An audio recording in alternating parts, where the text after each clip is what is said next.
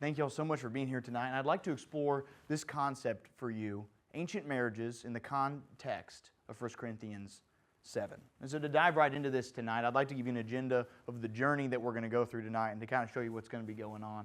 First, I'd like to introduce to you the content of 1 Corinthians 7 and those first couple verses of what Paul says here.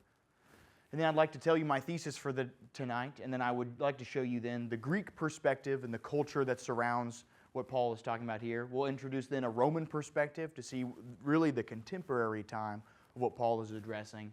And then, of course, the application that we get from this text and what this means for us.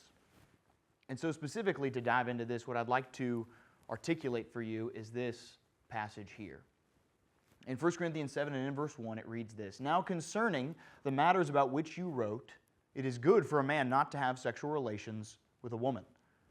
But because of the temptation to sexual immorality, each man should have his own wife, and each woman her own husband. The husband should give to his wife her conjugal rights, and likewise the wife to her husband. For the wife does not have authority over her own body, but the husband does. Likewise, the husband does not have authority over his own body, but the wife does." My thesis here for tonight is basically to say this.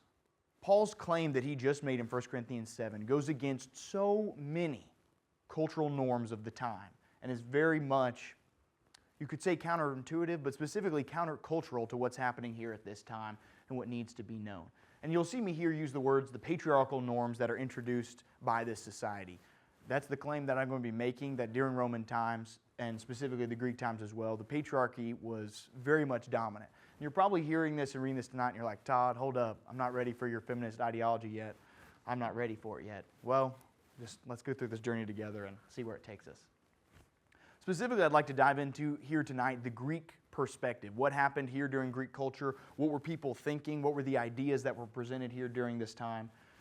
I'd like to start here with a wonderful book that I got to read and research was Dale Martin's The Corinthian Body. And essentially what he does in this book is he takes the claims that Paul makes during 1 and 2 Corinthians and dives into the cultural context of what's happening. As you can see, me and him are basically doing the same sort of study together. And so getting to read his perspective and research was very valuable because he dives into why was Paul addressing this, what's going on here at this time.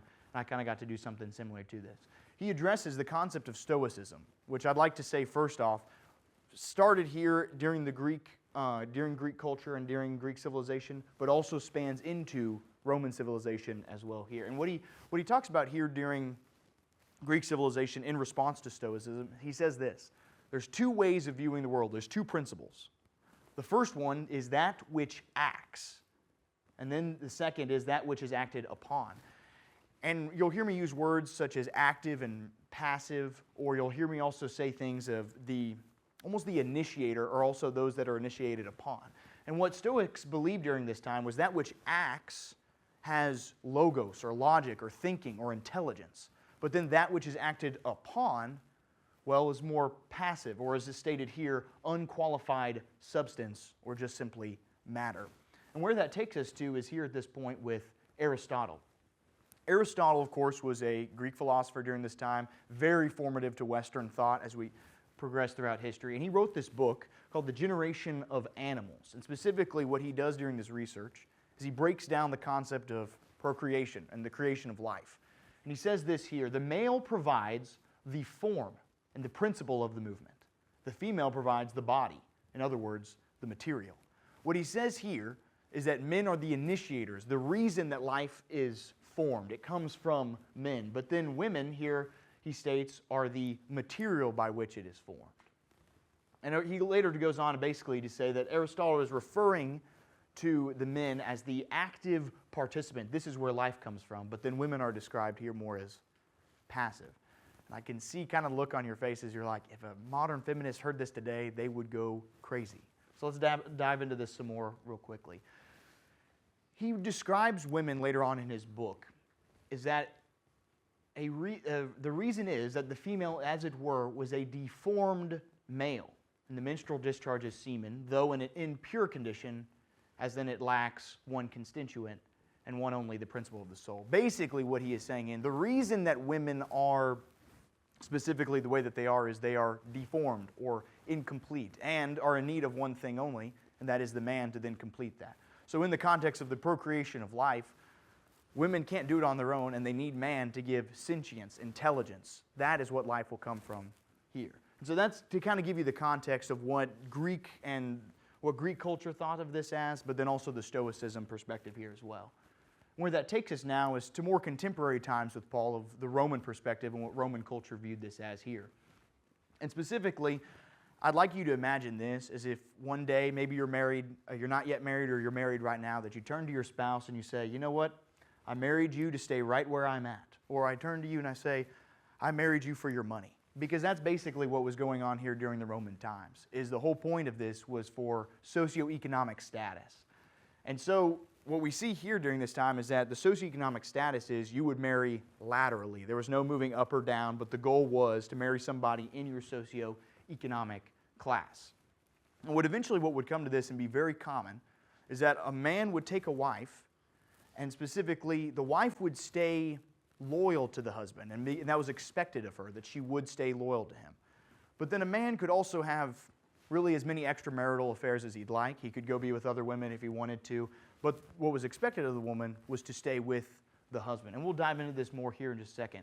But specifically, the role of women was to stay loyal to the husband, but with the purpose of staying at home and raising children. And that's where we'll see women stay throughout this entire time period. And who I'd like to dive into is Tacitus here, who is a Roman scholar, and specifically also a political official and senator during this time. Tacitus is very contemporary with Paul. A lot of the writings are during Paul's life and then shortly afterwards. And so what he is viewing here and talking about is very much the values and ideals that other people would be believing during this time. Tacitus had a father-in-law. His name was Agricola, as you'll see mentioned here in his writings. He's writing about his father-in-law, who's the governor of England, and specifically the governor of this area. And he's describing his upbringing in his life, and he mentions Agricola's mother, Julia, and he describes her here as a woman of rare chastity. He later goes on to say, Agricola is a very good man. He's done great and wonderful things. Why? Because he's got a good mother. And specifically, she raises him right, raises him to become the man that he is today. But the main term that's referred to here is rare chastity. And kind of what that tells us and gives us a look into is this is what Romans were valuing. This is what an ideal woman looked like, is she was a woman of rare chastity. And what I go into next is kind of to give you context of what life looked like during this time and what the patriarch really looked like here. And in a quote from this book from Bachofen, and also another book from that was entitled The Sexual Life of Ancient Rome, this is where I got this, that the highest stage of all the purely spiritual authority of the father, by which the wife is subordinated to the husband, and all the importance possessed by the mother is transferred to the father. This is the highest type of law, and it was most purely developed by Rome.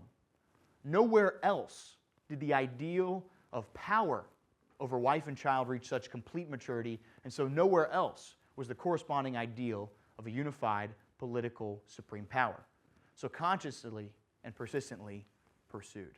To kind of give you some context of how this would work, a man and a wife could choose to be married, but as with her upbringing, the wife was underneath the manus or the power of her father.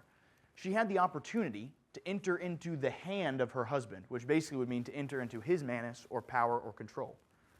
And so undergoing that process, that means she is now under the authority of her husband. Or she had the option as well to refuse his hand, or specifically to not enter into his hand and stay underneath the manus or authority of her father. And so that's where we see kind of the idea of control of the father or the husband throughout the family. And that's kind of where we view this here. And so to kind of give you another recap of what we've just discussed and talked about here is men are playing an active role in the creation of life. This is where we get sentience from, intelligence, but then women will play more of a passive role in that. Women were viewed as deformed males or incomplete and in need of a man to help create life. Marriages were simply based on socioeconomic status. You could have monogamous relationships, you could be married from one husband to one wife, or you could have a polyamorous relationship as well. Extramarital relationships for men were acceptable, but chastity for a woman would be highly regarded. And of course, what we see here is the patriarchy was nowhere stronger than what we see here during Roman times here at this moment. And so now we get into this, and we get to dive back into 1 Corinthians 7. We see the picture that's been created of what the context of the Greco-Roman times looked like. Now we get to see what Paul is specifically saying in referring to the context that he's addressing. And so I'd like to focus on this last part here and in verse 4. For the wife does not have authority over her own body, but the husband does. Likewise, the husband does not have authority over his own body, but the wife does. Where this takes us to is to a couple different commentaries I'd like to dive into. Antoinette Weyer writes a commentary here on the Corinthian women prophets. And so kind of one of the things that Paul was addressing here at this time was that there were women who received spiritual gifts, for example, prophecy, and now were exercising that authority or exercising that spiritual gift in this time. And the reasoning for doing that, or specifically what it led them to do, was to become celibate. They'd either say, you know what, I'm not getting married at all, or I'm going to get married, but I'm not going to have sexual relations with my husband. And so that's where we get that first quotation, or what Paul's referring to there in 1 Corinthians 7. And so what he's addressing is, I see you're trying to live without marriage, but I want to address that real quickly. And what women were basically trying to do is they were trying to avoid the oppression that was coming from men during this time. They were trying to avoid a state of domination. They wanted to exercise this new right to freedom that Paul had given them.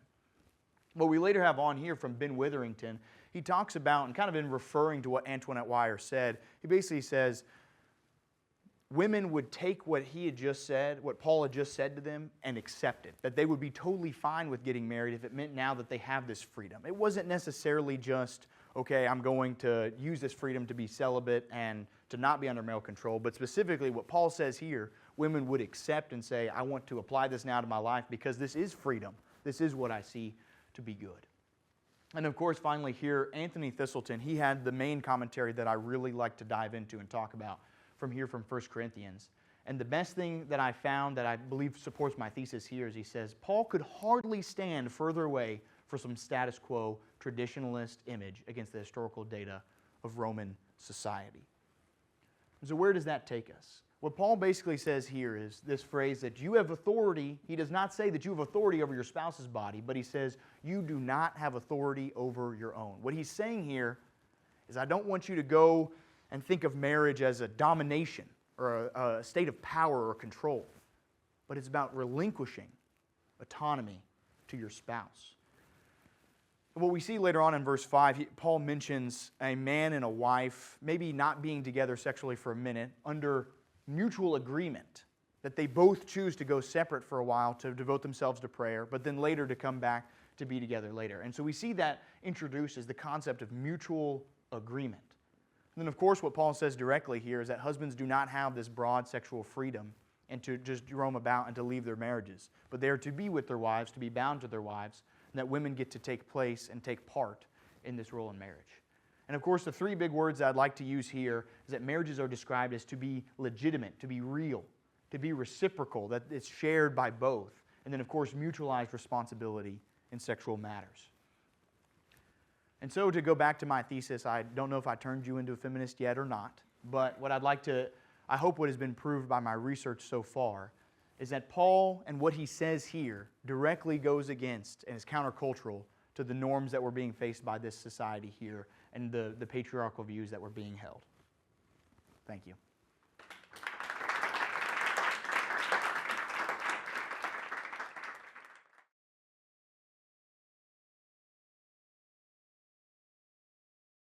What I will say directly to what Paul's referring to in 1 Corinthians 7 is the matter of sexual matters. And so what he's addressing here, and as he said kind of back here in verse 1, is you're saying that you should not have sexual relations at all.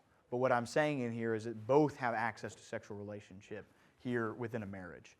And so to that point, I would say what he's referring to there is specifically what he's telling Timothy is, here's how the family of God should act. I believe men should lift holy hands in prayer, and then women now to also not have authority over man. I believe he's referring specifically in that context to worship and things like that as well. I believe 1 Corinthians 7 is directly talking about a man and a wife in a marriage, but then maybe that more so in a church matter or a worship setting like that.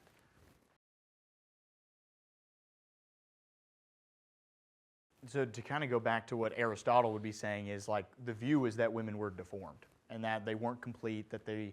And the reason I chose what he said was because I think it paints a very clear or descriptive picture of like this is below life. Like they're not even saying that they're living organisms, but almost that of like below life, which is like, we don't believe that today. Like that's so different than what we believe now. And I guess that's kind of what I use to address that, I guess. And the socioeconomic status of it, as I said, like you married the people in your class, which I think is definitely, that's also us using our perspective of like, okay, this lady's rich, he's rich, they're going to get married, and so that's like socioeconomic status. But it's also like the fact of some women, kind of like you're addressing, is they were viewed as less than at some points in time. I'll touch on this real quickly. Rich women, or specifically wealthy women during Roman times, had the ability to transfer wealth, protect their wealth, and even guard their financial affairs. So like, I guess you could say a prenup almost, but there could be marriages where like they get married, but maybe the wealth doesn't transfer and women still hold on to theirs, which is kind of like maybe counterintuitive to my whole argument of like women being viewed as less than. But during Roman times, there was a view of property, there was a view of socioeconomic status that women could maintain, but also there were, I would say during the lower classes as well, you start to see more of the oppression, more of the patriarchy happening.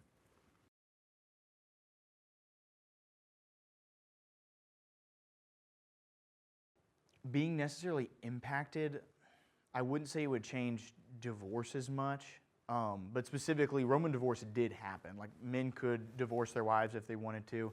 The first quote that I gave where it talked about specifically the subordination of women in the home, and specifically that men, the patriarchy was basically the most strongly viewed, or the patriarchy was most strong during Roman times. What it basically said right before that is there were 3 different statuses of marriage that we see go through it. And basically the first, we see these 3 statuses or 3 changes happen throughout Roman times. The first one was, basically there wasn't really marriage at all. It was just kind of like everybody just got to know everybody. And so from that, we start to see divorce and marriage really become official. And so to that, I don't think it would change divorce necessarily too much, but it would change how things are viewed within the Christian community of like, okay, now we're together. Now we are legitimate and we're mutualized, and specifically, I'm not with other people, I'm only with you now. That's kind of where I would see that change some more, but that's kind of where I view that.